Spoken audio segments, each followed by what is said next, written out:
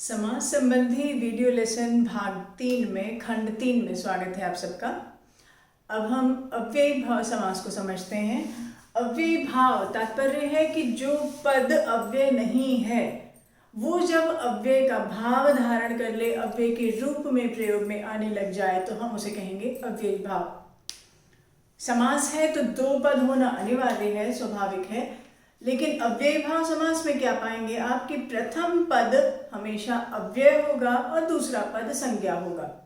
और मजे की बात देखिए कि प्रथम पद प्रधान होगा, दूसरा पद अप्रधान होगा। अभी तक आपने जितने समास देखे, चाहे वो तत्पुरुष था, चाहे कर्मधारय था, द्विगु था, द्वंद्व था, बहुव्रीहि था, प्रत्येक में आपने पाया कि प्रथम पद में विभक्ति लगती है और फिर द्वितीय पद लिखा जाता है। इस प्रकार विग्रह बनता है। या प्रथम पद की विभक्ति का लोप करते हैं और दूसरे के साथ जब उसको जोड़ के लिख देते हैं, संधि होती है तो संधि को भी फॉलो कर लेते हैं, तब आप समास बनाते हैं। अब इस समास में समस्या ये है कि प्रथम पद है आपका अव्यय। अव्यय आपने खुद पढ़े हैं पहले और अव्यय के बारे में आप भी ये बात जानते हैं कि अव्यय के रूप नहीं चलते। जब रूप नहीं चलते तो उसमें आप विभक्ति लगाएंगे कैसे? तो उसके समाधान के तौर पे हमें प्रत्येक अव्यय के लिए एक निश्चित पद, एक निश्चित पदावली, एक टर्मिनोलॉजी प्रोवाइड की गई है। अव्ययों का संसार असीम है, अखंड है, अनंत है, ये बात आप अव्यय वाले सेशन में जान चुके हैं। लेकिन हमारी भलाई के लिए संस्कृत व्याकरण शास्त्र में अव्यय केवल 16 ऐसे परिगणित हैं, ऐसे अर्थ 16 परिगणित हैं जिनसे रिलेटेड अव्ययों से अव्ययी भाव समास बनता है। प्रत्येक अव्यय से नहीं बनता। बहुत शुक्र है, वरना तो जाने कितने इसके भेद खड़े हो जाते। जिन 16 से बनता है उनमें से केवल 6 आपके पाठ्यक्रम में हैं, केवल 6 आपको जानने हैं, समझने हैं। ये 6 अव्यय हैं, इनके अर्थ आपको जानने चाहिए। इनके लिए क्या पदावली इस्तेमाल होगी, क्या टर्मिनोलॉजी यूज होगी, वो आपकी जानकारी में होनी चाहिए। उनके साथ रूटीन की विभक्ति या उपपद विभक्ति क्या लगेगी वो आपकी जानकारी में होनी चाहिए। और फिर उसके बाद हम उसका एक एक दो दो उदाहरण और उसका वाक्य में प्रयोग जान लें, हमारा टॉपिक पूरा हो जाता है। पहला अव्यय लेते हैं अनु, जिसके 2 भाग हैं, 2 हिस्से कर सकते हैं क्योंकि वो 2 अलग अलग अर्थों को प्रकट करता है। अनु अव्यय का एक अर्थ है पीछे और अनु अव्यय का दूसरा अर्थ है योग्यता। इसके लिए जो पीछे के लिए जो वर्ड यूज होगा, जो टर्मिनोलॉजी यूज होगी वो है पश्चात, और योग्यता के लिए जो यूज होगी वो है योग्यम। राइट? इसका एग्जाम्पल देखिए, भटः अनुरथम धावति। भट यानी योद्धा, सैनिक, वॉरियर। अनुरथम रथ के पीछे पीछे धावति दौड़ रहा है। अनुरथम आपने षष्ठी का इस्तेमाल किया। अनुरथम और आपने उसका विग्रह किया रथस्य पश्चात। रथस्य षष्ठी में आ गया, पश्चात के साथ में आप षष्ठी लगाएंगे। योग्यम सीता रामस्य अनुगुणम वर्तते। सीता राम के गुण के पश्चात मौजूद है, ऐसा सेंस नहीं है। गुणों के योग्य मौजूद है, ऐसा सेंस है। और आप उसको ले जाएंगे अगेन षष्ठी में, उसके विग्रह को बनाएंगे अनुगुणम सीता रामस्य अनुगुणम वर्तते, गुणानाम योग्यम वर्तते, गुणों के योग्य है। अव्ययी भाव समास की अनदर कैरेक्टरिस्टिक, हमेशा नपुंसक प्रथमा एकवचन में रहेगा और टोटल समास बनने के बाद अव्यय के सदृश बिहेव करेगा, उसके फर्दर रूप नहीं चलेंगे। That is going to stay in नपुंसक प्रथमा एकवचन always. At times you will see halantama, at times you might not see halantama because it is not only phalam which is neuter word. फलम के अलावा भी होते हैं न्यूटरजेंडर, वारी भी होता है, मधु भी होता है। So at times you will see halantama, invariably most of the times you will see halantama, otherwise it may not be there, but the word is definitely going to be neutral प्रथमा का एक वचन। उप अव्यय का मतलब है पास में होना, पास होना।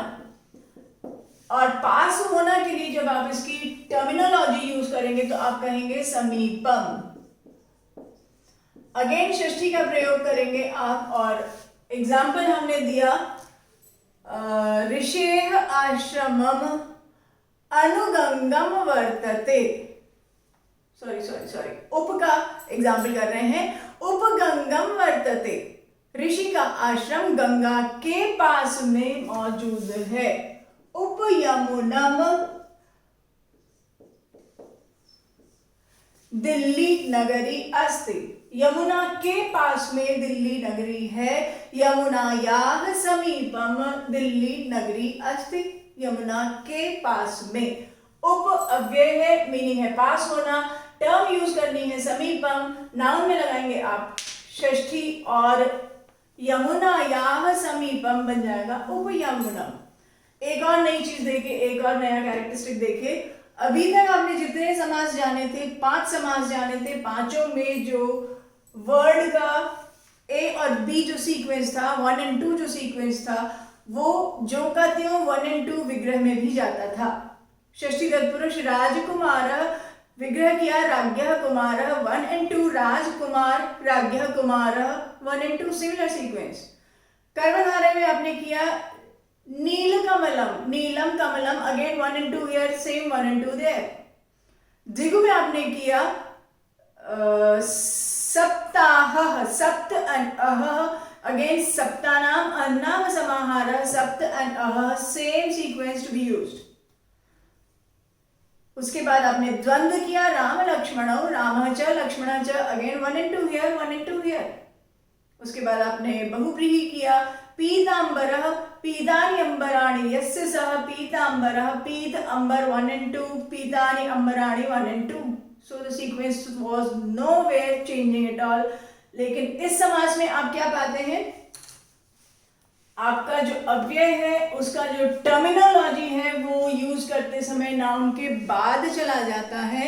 यमुनायाः समीपम ऐसे हो जाता है, और जब समास बनाएंगे तो समीपम कन्वर्ट्स इनटू उप and comes before the noun. उप पहले आएगा, यमुनम बाद में आएगा। सो गॉट दिस पॉइंट ऑल्सो। अगला देखिए, स का मतलब है साथ होना। स का मतलब है साथ होना, और आपने इसके लिए टर्म यूज किया सहितम। सहितम के साथ में ध्यान रखिएगा उपपद विभक्ति लगानी है तृतीया। बालकः समित्रम क्रीडति, बच्चा दोस्त के साथ खेलता है। अब यहाँ पे दोस्त के साथ खेलता है, मित्र को मैं तृतीया लगाऊं, एक वचन लगाऊं, द्विवचन लगाऊं, बहुवचन लगाऊं, that is totally my wish. बालकः मित्रेण सहितं क्रीडति, मित्राभ्याम सहितं क्रीडति, मित्रैः सहितं क्रीडति, all 3 are equally correct, right. अगला है निर। निर का मतलब है नहीं होना, और आपने इसका जो टर्म यूज किया दैट इज अभावः। विभक्ति यूज होगी षष्ठी, और आपने एग्जाम्पल लिखा निर्जलम।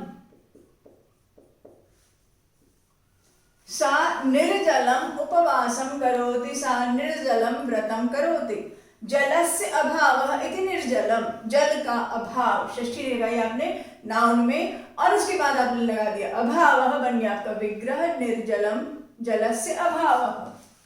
प्रति, प्रति यानी आप जब उपपद विभक्ति में प्रति पढ़ते हैं तो प्रति का मीनिंग आपने किया है टुवर्ड्स, और, लेकिन उस प्रति से यहाँ कोई लेना देना नहीं है। यहाँ प्रति का तात्पर्य है किसी काम को बार बार करते हुए दिखाया जाना।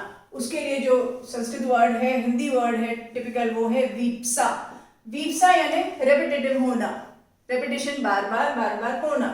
और आप जब इसका जो टर्म यूज करेंगे, there is no separate term given for this, और उसके लिए आपको करना ये है संज्ञा को 2 बार लिखिए, संज्ञा को 2 बार कहिए। विभक्ति लगाएंगे आप इसमें द्वितीया, क्योंकि आप 2 बार संज्ञा को द्वितीया में रख करके you will ended up with प्रति, एंड प्रति के साथ द्वितीया उपपद लगती है, ये बात आपको ध्यान में रखनी होगी। आपने कहा प्रतिदिनम, छात्र प्रतिदिनम आगच्छति, छात्र हर दिन आता है। जब मैंने इसका विग्रह किया तो मैंने कहा दिनम दिनम प्रति, हर दिन हर दिन हर दिन आता है। अब हर दिन यानी कि वो 220 दिन आया, पूरा सेशन आया, तो I am not going to count it for 220 times, I will be simply putting it one word, प्रतिदिनम आगच्छति, दिनम दिनम प्रति, राइट। अगला है अव्यय आपका यथा, जिसका सीधा साधा मीनिंग है अनुसार, अकॉर्डिंग। इसके लिए जो टर्म आप यूज करेंगे वो है अनतिक्रम्य, अनतिक्रम्य। इसको जरा ब्रेकअप करें तो बनता है आपका अन, अति, क्रम धातु है और ल्यप प्रत्यय है, ल्यप प्रत्यय के साथ द्वितीया लगना मांगता है। अगेन उपपद का रूल है, सो नाउन विल कैरी द्वितीया। और मैंने इसका एग्जाम्पल लिया यथाक्रमम। क्लास में बच्चे क्रम के सीक्वेंस के अकॉर्डिंगली बैठे हैं। कक्षायाम छात्राः यथाक्रमम उपविशन्ति। विग्रह करेंगे, क्रम को द्वितीया रखेंगे, यथा को अनतिक्रम में कर देंगे, मेरा विग्रह टोटल बन जाएगा क्रमम अनतिक्रम में छात्राः तिष्ठन्ति। पंडितः यथा विधि हवनं करोति। पंडित विधि के अनुसार हवन करता है। अब ये जो यथा विधि वर्ड मैंने बोला, जरा ध्यान दीजिएगा, दिस इज यथा विधि, this is not ending in हलंत म, बिकॉज ये जो विधि छोटा ई है, ये मैंने वारी छोटा ई इस तरीके से ग्रहण किया है। ये अगेन आपको नोट्स पढ़ करके डिटेल मिलेंगे, प्रैक्टिस करके परफेक्शन आएगा। पंडितः यथा विधि यज्ञम करोति हवनम करोति, विधिम अनतिक्रम्य हवनम करोति। Got the point. इस तरीके से ये आपको 6, एक्चुअल में 6, लेकिन अगर इसको भी मैं 2 अलग अलग काम कर लूं तो टोटल 7 अव्यय करने हैं। इन अव्ययों के अर्थ मालूम होने चाहिए, इनके लिए जो टर्म यूज करना है वो मालूम होना चाहिए, इनके साथ जो विभक्ति लगनी है वो पता रहनी चाहिए, और उसके बाद आप इसका एग्जाम्पल देखें, 1 से अधिक एग्जाम्पल देखें, उनका वाक्य में प्रयोग करें, उनका विग्रह बनाएं, and your total work is done. ये सारा आपको मेरे नोट्स में, मेरे PDF फाइल में मिलेगा। Kindly take out the print, put it in your file, keep it handy for your reference when you revise, and then you will get one assignment, one again 20-25 sentences as assignment, which you will be solving in your fair copy, and your total समास topic is done. समास was a detailed topic, समझदारी से समझने का था, होशियारी से करने का था। लकीली वीडियो सेशन से हमने इस बार पढ़ाना शुरू किया है, and I think it's a blessing in disguise, because these video sessions will be saved with you. Whenever you wish, you can again go through them and you can again get a better understanding. Day 1 में शायद समझने में मुश्किल आए, पर जब यही चीज़ आप बार बार देखेंगे, बार बार उन नोट्स को पढ़ेंगे, तो आई एम डेड श्योर कि इस बार आपका परफॉर्मेंस, इस बार आपका सेक्शन C का रिजल्ट बिल्कुल 100% जाएगा। That is all for today. Happy learning.